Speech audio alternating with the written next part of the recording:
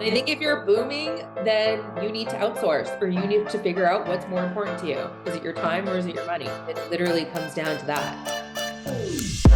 Welcome back to Duo On Air. I'm Abby. And I'm Courtney. And we're the ex-agency turned entrepreneurial team that puts the Duo in Duo Collective. Our boutique organic marketing agency specializes in SEO, social media strategy, and branding. We're an everyday pair of business besties / marketing experts obsessed with helping our community learn more about what it takes to run a business. Which is why on Duo On Air, we're not holding anything back. We're giving you all the info we know about how to grow your business organically so you can be the confident CEO you were made to be. And how to navigate life as a small business owner. Whether it's on your own or with your best friend by your side, so grab your coffee or your mimosa, we don't judge, and settle in for a quick value-packed episode of Marketing Tips.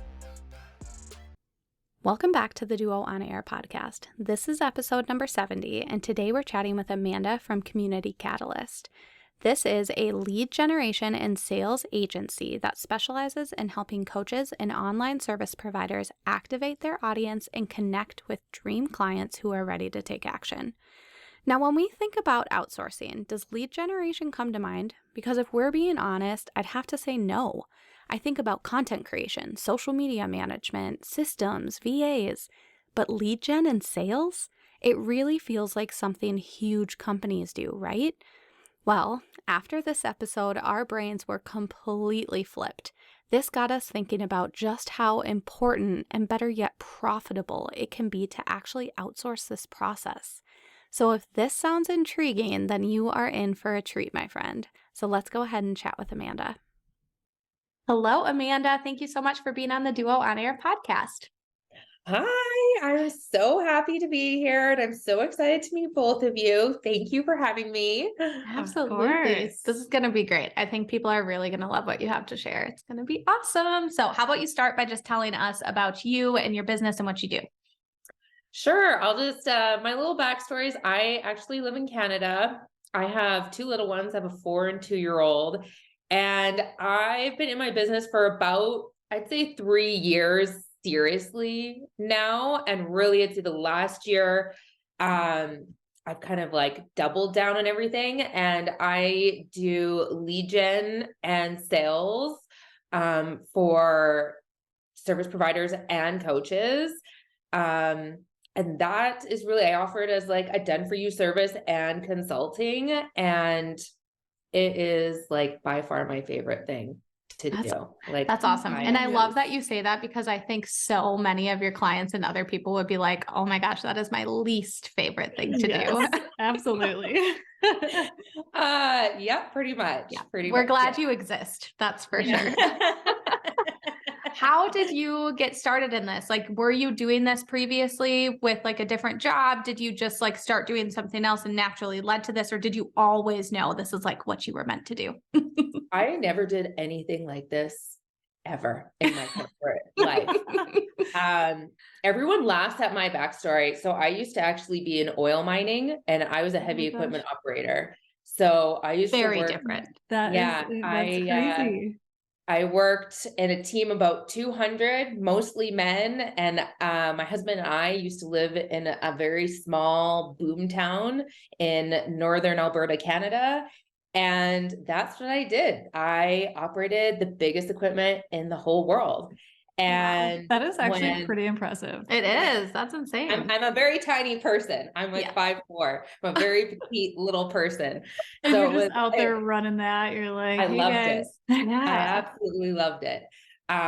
It was probably like the biggest, I don't know, the most exciting thing in my actual corporate job that I ever did, and really just like shaped me as a person. But I got pregnant with my first baby, and doing shift work and having babies, anyone that's done shift work is not easy. And so I just up and quit. I was like, I don't want that type of lifestyle. And at the same time, I was like, I got to do something, because I give all the props in the world to mothers that can just be a stay-at-home mom, but I just really felt called to do something more. So I started taking like every single marketing and business course possible. And I just literally, when people say they just took messy action, like I can very much attest to that. I just started like literally hustling and getting clients doing what I learned in all of these courses. So I started doing community management because I really do love working with people and being of service with people. And I just loved the idea that I could be in like Facebook groups and like help, like engage with people. I was like, this is the coolest thing ever. And my business really started to scale from there. I was like booked out in 6 months. And honestly, to be transparent, a lot of my clients, they loved what I was doing, but they wanted a bigger ROI. So that's where the lead generation and the sale come in. So like, quote unquote, under the table, I started doing lead gen and sales for all my clients in their Facebook groups. And the more I did it, the better I got at it. And the more people wanted that service. So I was like, okay, I started scaling it into an agency. And I'd say really this last year, I pivoted more, just being a bit broader, instead of community management, of just doing lead gen and sales on Instagram and Facebook. And it's literally just kind of taken off, which is amazing. And I have so many referrals now. And I mean, like, I just brought on 5 new clients this week alone. Like, we are just scaling like crazy. So That's awesome. That's incredible. Good for you. yeah. I mean, that's really a true testament too of like what you can do for your clients, because you can do it for yourself, which is like most of the time, like when we like figure out what we want to do, the thing that we're really good at or the thing that we want to do is the thing that we're like you can build a business off of that, right? Like anything that you're good at, you can kind of build a business of. That's, I feel like the one thing I've learned from like all the entrepreneurs and people that we've talked with who have run their own business, it's like, you likely are already doing something that can be scaled.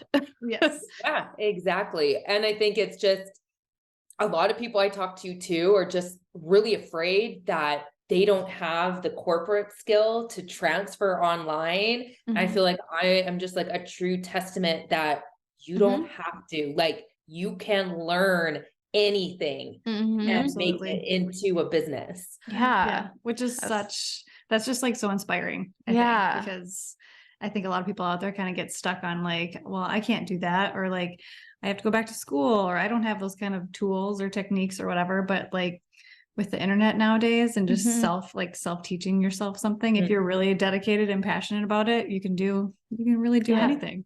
Yeah, there's a lot of resources out there, like tons, you said. Probably. Yeah. Well, and I feel like I'm not even that I'm super old, but I might just age myself here. Like my generation still was a generation of like going to college. And it's like, have that stuck in your head. Yeah. But it just shows like, just practice. Like nowadays, you don't need a degree. No. That's not even a thing. Like people will hire you, just like you said at the very beginning. No one wants to do engagement and lead gen. People will hire you. I don't have to do well, we're also coming into a period where like all the baby boomers are retiring, and there is going to be an insane number of jobs and like things that need to be filled. And I don't think we've fully felt like we definitely see the effects of it a little bit, but I don't think we've fully seen the effects, which is like, it just proves that you don't need to spend all of that money at a 4-year college. Like most of us did, right? Yeah. And then now like we're learning that we didn't have to.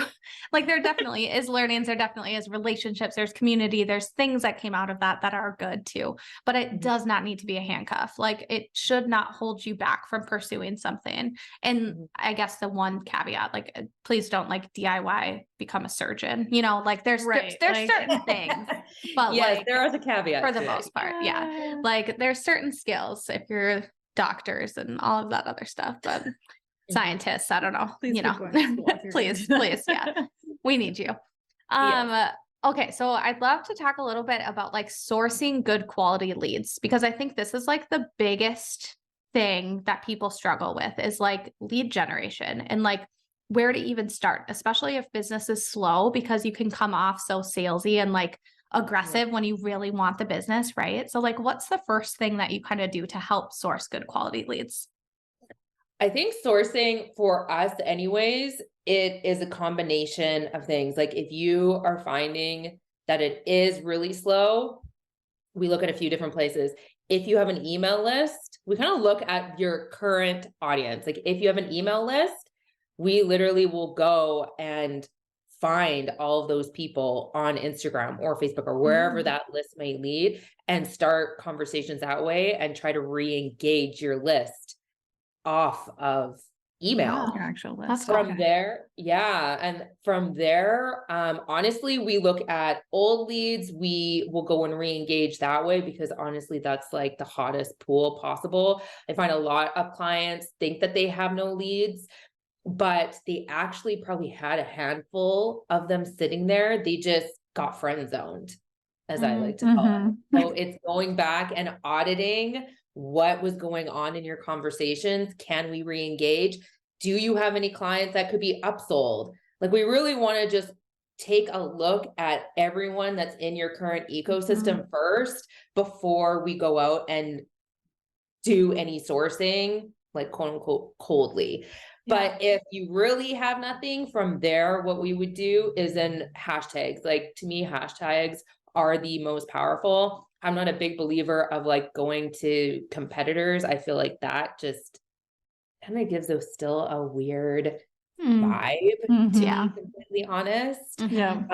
So hashtags is the next best source. And we will really utilize that. And from there, we can usually stir up enough leads from you within the first like 2 weeks, 30 days tops to get some action happening again for your business. Yeah, that's awesome. That's a good, I think if things are cold, the very first thing most people think of is like, I need to post more. I need to create more content. I need to grow my audience. That's the first like natural place your brain goes. But like you said, we likely already have a ton of people we can talk to. We're just not talking to them directly. Yeah. And I think it's just taking a step back and pausing and thinking and evaluating what you already have. I think a lot of people forget to do that. And I mean, that comes down to as well as like your own data. It's like, if you're not tracking anything, you will feel like it's cold. But if you're tracking your leads properly, you'll be able to see, okay, who you've had conversations with, maybe who dropped through the cracks. You can go back around to. Yeah, I love that one, like where you feel like you might have been friend zoned and you're like, oh, well, we lost that lead, but just like getting in touch with them, you know, like 6 months or a year later. And, you know, maybe at that point they want to pull the trigger and like work with you. So yeah, that's interesting. What's your favorite like way to track leads? Like, do you usually recommend that your clients have, like, we have a CRM, but I imagine like not a lot of people do. Like, do you have a good, like way, or do you just like sometimes just like writing them out by hand, like starting a Google Doc? I mean, if you are a solopreneur and you don't have the revenue and the cash flow for anything fancy, I mean, literally a Google Doc is better than nothing. For our clients that work with our agency, we personally use ClickUp, and everything's in ClickUp that they can go look at. But for any of the consulting clients, I even say Airtable. I just personally like how you can manipulate Airtable a little bit better and like actually keep everything organized. And we keep it like very detailed. Like it's from their names, their handles, to what the conversation was about, not just if it's business, but like maybe you told me you were having a baby in a month, like taking note of that, because that's a very easy way that you could have got friend zoned. Maybe that person's interested, but she just had a baby. Like she's not going to be remembering. So like keeping note of that so you can circle back around is like honestly the key. And yeah, I think just a lot of people, everyone's so busy, like having to take a minute and like track that is not like the sexiest thing to do, but it really does make a difference. It's smart. Yeah, that's really smart. It is smart. We actually we have a tool that we use that will track incoming leads that come in like through our website, you know, things like that. But we actually do have a very simple like lead process that is just a task in Asana where we literally source everything and we move. Okay, this is going to be really bad. We have a section in here that is actually like called ghosted. If someone ghosted us, we track it. So sorry, but we track you. But we have like a section that's like ghosted. Like, I don't know what happened, but like for some reason we had a call and like either, you know, something weird happened or like we followed up and they just stopped responding because like you said, people are busy. Doesn't mean it's like completely off the table. Mhm. And then we have another section that says like possibly later. Like it's like like they can't do it now, but possibly later. And that's it. We literally just move them to the sections and we Yep. keep the hot ones up top and like the people that come in and we track them. And we have a process that where we have 3 emails that go out like to those people. After 3, they get moved to a different column. They move somewhere else. It's like Mhm. nothing complex, but to your point, it's so great. And we have had seasons of business where we have been slow. And in those slow seasons, we have re-engaged the old Mhm. people that were sitting on the fence, like just with a simple email and like reaching out to them to see what happens. And I think a lot of people, like we wouldn't have been able to do that had we not been tracking. Yeah. Mhm. Yeah. Yeah, exactly. And even for our clients, it's like we have a system where it's like if someone ghosts, or even for myself, if someone ghosts, it's like we move them to a column where it's like for 10 days straight, we're engaging with that person. Not in Ah, the ooh, I like Wow. that. Not in like a creepy way, but it's like you are gonna be top of mind.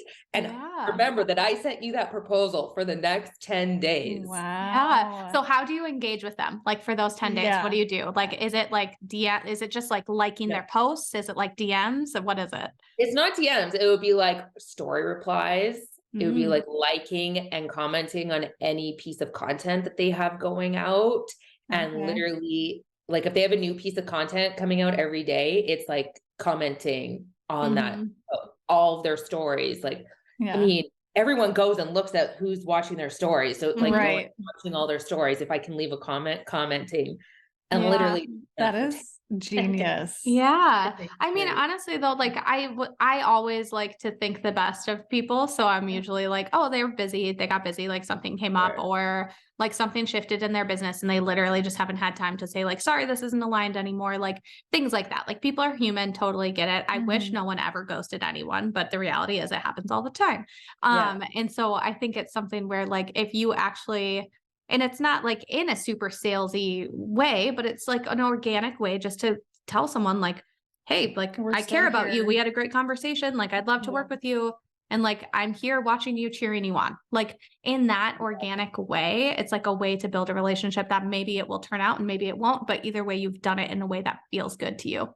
Mhm. Yeah. And I find even if someone ghosted or said no, whatever, if it didn't align, I'm a very firm believer of just not being like, oh, sorry, on to the next. Like if Mhm. I see Mhm. something that could be of service to that person, it's like I will still engage with even if they don't engage with me back Mhm. in Yeah. the future. It's not Mhm. like a wham bam, thank you, ma'am. Sorry, Mhm. on to the next. Like Yeah. Mhm. you're dropped. Yeah. Yeah, that is, and that's a very like one of the things that I think hang people up from a sales perspective is we always worry about the other person. And it's not about them, it's about what you can offer them and the difference that you can make in their lives. And if you Yeah. truly believe that what you have to offer is worth the money that people are giving you, if you know it's going to make a difference in their life, which we all should, and maybe you just need like to remind yourself and have a little bit of that like internal work to like do so. But if you believe that, then like there is no reason why you wouldn't continue engaging them because you know if they're the right fit for you and you know you can make a difference in their life because of the services or the products you have, like then you should absolutely continue to re-engage them because you're like you're helping them. You're not selling, Yeah. you're helping them. Yeah.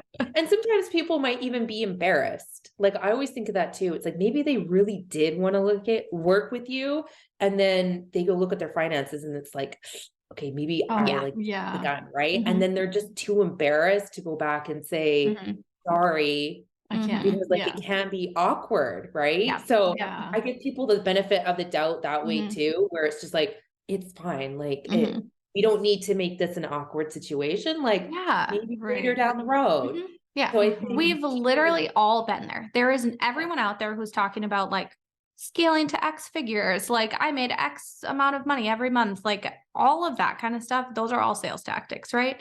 We have all had the like very low income months or the no income months, or we've all had a point where we had no clients, or we've all had a point where we had no idea what the heck we were doing. Like no one out there who has started a business has had a successful day every single day of their life. Like no one. So there's absolutely nothing to be scared of. Like it's something where we get this all the time where they're like, oh, like love this is like this is totally worth what you have, but I just can't afford it right now. And I'd love to re-engage with you later. And it's like that conversation and just having that conversation, we don't judge. We don't like think anything of it. We get it. We do that in our business. Oh yeah. We reach out to people. Before. Yeah. We reach out to people and I'm like, oh man, I'd really love to do that, but dang, that's a steep price point and I just can't do it right now. And it doesn't mean that it's like not like whatever, I don't know, like they're overpriced or any, like, it doesn't mean any of that. It just means that it's just not working right now, but maybe later. So I think it's just a conversation. Like we're all humans. Just don't be afraid to like say it, right? Yeah. Much better. Like, let's just summarize this as like, don't ghost anyone anymore, right? Yeah. Yeah. Ghosting. Unless if it's like an emergency or like something like just, but don't intentionally like, don't do it on purpose. Yeah. Just, if it's not going to work and you know right away or something, just let people know. Right. I know. For real. For real. Okay. So let's talk about the flip side, because I also feel like this is a little bit of like where our world is right now and we're struggling with it. But on the flip side, if your business is booming and you're having like a hard time keeping up with leads, what is like your best recommendation? Like what steps should people take because that's the goal, right? But then you also want to scale and you also want to serve people and you don't want to like leave people hanging. Like what's the next best thing to do when leads come in and you're like short on time? I mean, honestly, like a lot of the clients that we work with are scaling businesses. And I think at that point, it really is evaluating and thinking, is it the right time to outsource to someone? If you don't have the time to go back and like engage with everyone that's coming into your world and like handle all of these leads, because then you're like legitimately leaving money on the table. Right. So like you really have to look at your business and is there someone on your team that can do it for you? Is there someone that you can hire, or are you going to carve out the time to do it yourself? Because like if you're scaling, it's like that. I mean, it is very important that you're handling those leads first and foremost, in my opinion. So what we do with our agency clients, I mean, when we first start working with some of them, it's like I'm literally going into inboxes where it's like 30, 40, 50 unread messages and like people that are like trying to give the business owner money and they're just too overwhelmed to even deal with all of that. And I get it, because then it's almost the opposite effect. It's like, I can't do this. Like maybe later on, and later on becomes 9:00 at night with a glass of wine and like, you're not in the best zone to be like DMing back and forth with all of these people. Right. So I think at that point, it's like, if you're not going to outsource, then you need to carve out the time and just do it. Even if it's a half an hour a day to keep up with the leads. Otherwise it's like, you're not going to actually be scaling. Do you have clients come in that say like, oh my gosh, I just have way too many inquiries and leads and I can't keep up, so I've just been saying no? It's worse. They just ghost. They just ghost them. Yeah. Oh man. It's literally just that. Like I've had clients that are like, I'm so embarrassed to say this, but like these people have been sitting here for like weeks. Yeah. Yeah. Oh, and it's just, I'm tough. Like, oh yeah. So then it's like awesome for us. I'm like, okay. You're like, let's fix this. Yeah. I'm like, oh, this is an easy win because we just go in and we're essentially just clear out the inbox and we can make our clients like extra $5,000, which is an immediate return on investment within 2 weeks. Right. Yeah. Because all this like money, they're just literally are leaving on the table, but they're too overwhelmed to get in there and do it. Yeah. So I feel like this is going to be on everyone's mind because this is on my mind. Anytime I think about outsourcing, I think about the fact that you're losing your own personal touch. And like for Court and I, right? So like, that's hard. It's the hardest thing to do because it's like, okay, like those discovery calls that we have with clients, like they're buying on because of us. Like that's the story we've built out in our head, right? So it's like, how do you help people get over the fact that like you need to outsource this because like you need to be staying in the business. You can't be, and we've felt this before, like we can't be the salesperson and the CEO and the project management and the client service like doer. Like we can't do it all. And you get to a point where you need to figure out where to outsource and what to outsource and where your time is. So like from a lead generation standpoint, I feel like this is definitely going to be one where people feel like they need to be the one doing it, right? How do you help people get over that?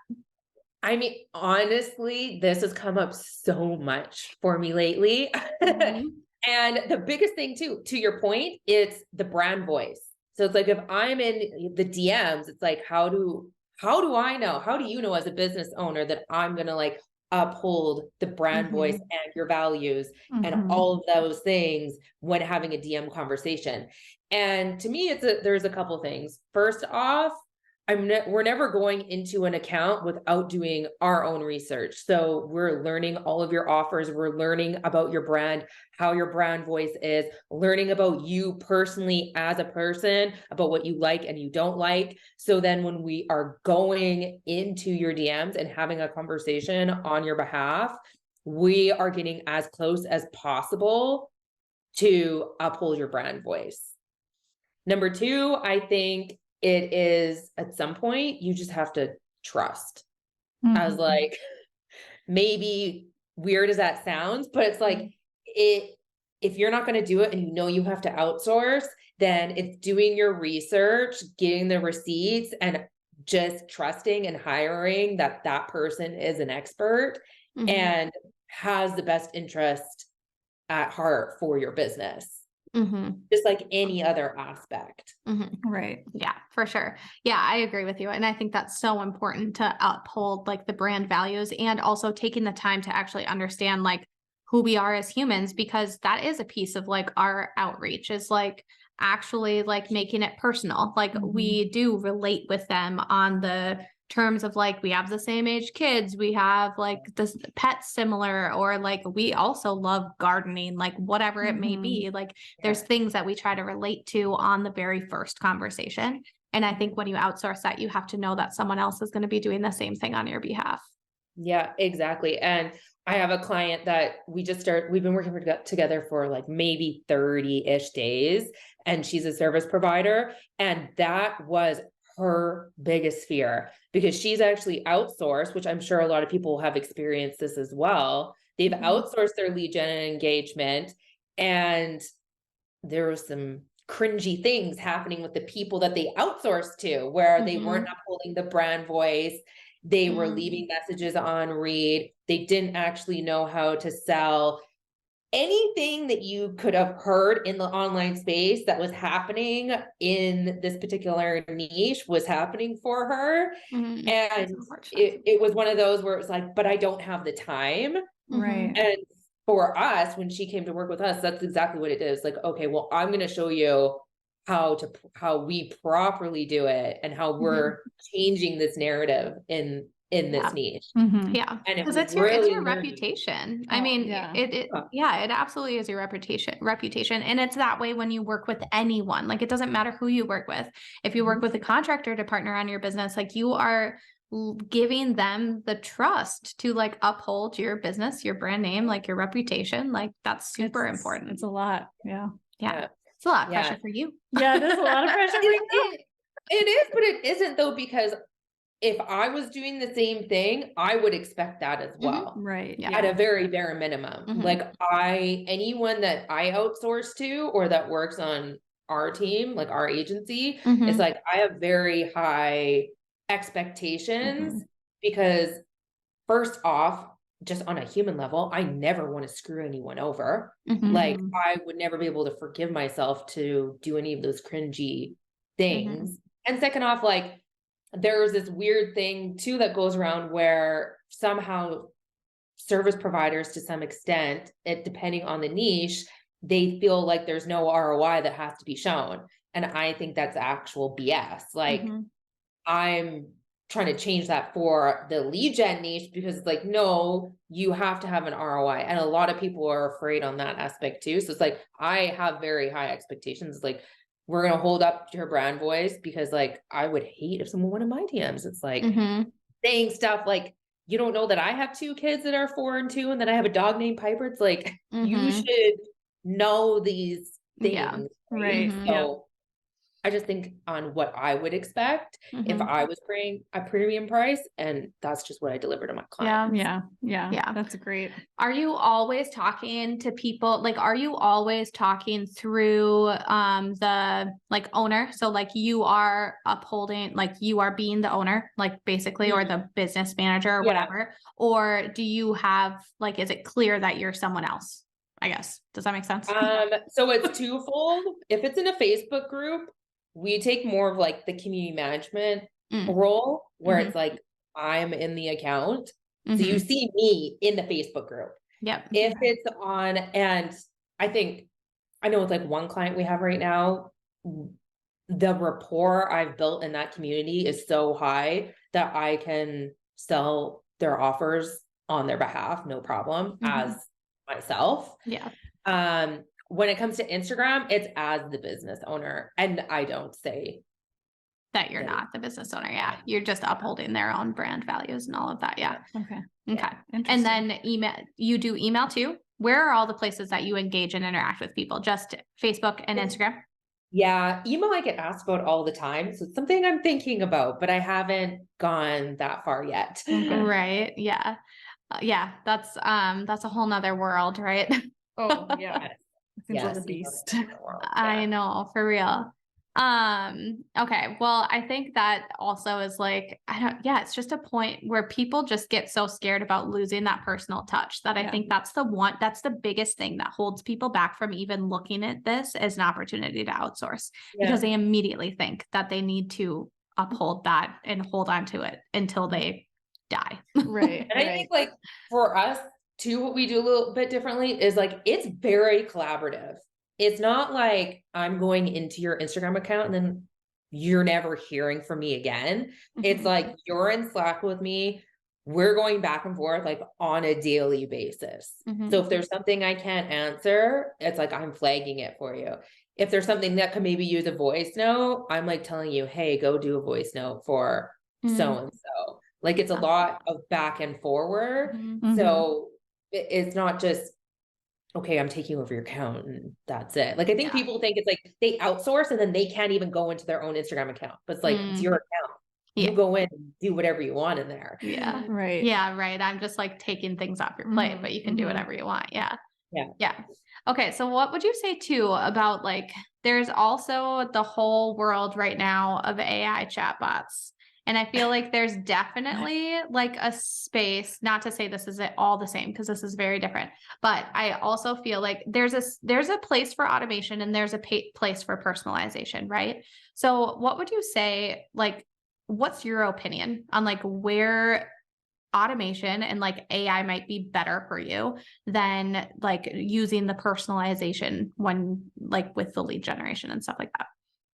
It's funny. I have had 2 clients now that have automated their entire sales funnel. And then that's the actual reason why they've hired me, is because it's too automated. Tell us about that. Yes, I want to hear. Yeah. So they're doing about like $100,000 a month right now. And their entire process was automated, but they were actually losing leads and sales because they were missing that human touch. Like, their whole funnel was like TikTok ad to webinar to freebie, like just, and all the emails were automated, like everything. And so when we started working together, that actually not only made their community more tight knit, the engagement higher, but they also like almost doubled their sales. Wow. That's like, powerful. It was actually crazy. So I'm assuming they still have some automation, right? But then there's so like where did they decide to keep, and you don't need to tell us who the client is, but I'm just curious, where they decide to keep the automation because it was working, and where did you jump in? So everything is automated. It basically goes ad to webinar. And obviously there's all emails underneath that, but add to webinar to a freebie pushed to their paid offer. And then if the person doesn't join between the freebie and the 24 hours to buy the offer, they're pushed to a Facebook group. And in that Facebook group is where I engage and then sell to them. And October till now, we've grown that Facebook group to 10,000 people. Wow. That's awesome. So there's still like a lot of automation for like someone to get to a specific point. But then if they don't purchase that, right, they get put to they get put. Okay, and then that's where you come in. Okay. Which that's super. Did they even have the Facebook group before?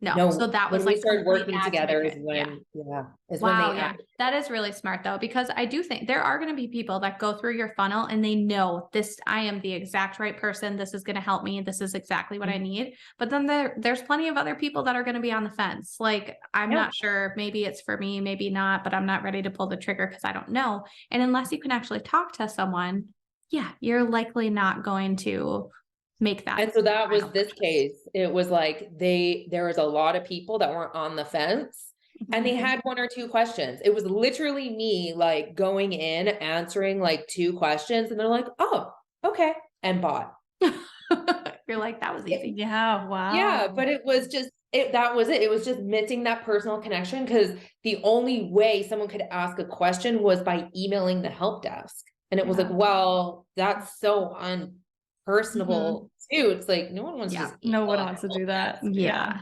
Yeah, for real. Oh, I love that story. That's such a good, and like I said, I think there is a place for both. Like both make sense. It does make sense to automate. Like, it's not going to be a world that we ignore, but you are never going to completely lose human touch. Like, people need that. Absolutely. Yeah. And I feel like even when it comes to like AI, like chatbots and stuff like that, I actually think they're super useful. Like, I have seen a lot of people use like ManyChat, for example, and they'll use it on Instagram where it's like, okay, the same, like send me a word and I'll give you the link. I think in a situation like that, sure, it can be very useful, or even to initiate a conversation if you're having like inbound leads. But you can't have a chat bot. I mean, unless it's like, I don't know, the most amazing chatbot in the world, but you can't have like an AI do that entire conversation. Right. Yeah. And it's not going to learn your brand values and like your kids' names. And like, it's not going to be able to bring that personal touch to it that you like. People buy from people. Right. Like, that's very important. So I think that, I think that's really interesting. And I think it all makes sense, but losing that human touch is like definitely never going to go away. Yeah, people crave that too much. Yeah. Oh, that's awesome. Okay. Do you have any final like takeaways for our audience who might, I guess, in either side of the fence, if they're like looking for help because it's a slower season of entrepreneurship, or maybe they're like booming and they don't know what to do? I think if it's a slower season, then you really need to go in and engage with the followers that you have and re-engage old leads that could be there. And if you do not have a solid lead generation, engagement, sales strategy, you need one. You need a custom strategy that's going to work for your business, because it's different for everyone. So you need to have that, or you need to figure out how to have that. And I think if you're booming, then you need to outsource, or you need to figure out what's more important to you. Is it your time or is it your money? It literally comes down to that. Yeah. Which they're both the same, right? Yeah, basically. Exactly. We had that conversation earlier. I know. For real. Well, this has been awesome. And thank you so much. Can you tell everyone, we'll include everything in the show notes, but we'd love for them to hear kind of where they can go to find you. Sure. You can find me on Instagram at Amanda Rumball, and I would love to see you all there. Yeah, that's awesome. This all right. Fantastic. Thank you so much. Thank you. If you liked this episode, please be sure to share it with a friend and subscribe so you don't miss any new episodes dropping every Monday. Plus, if you haven't already, please leave us a review and don't hesitate to share any new episode ideas. We love hearing from you and creating this content for you. See you next week.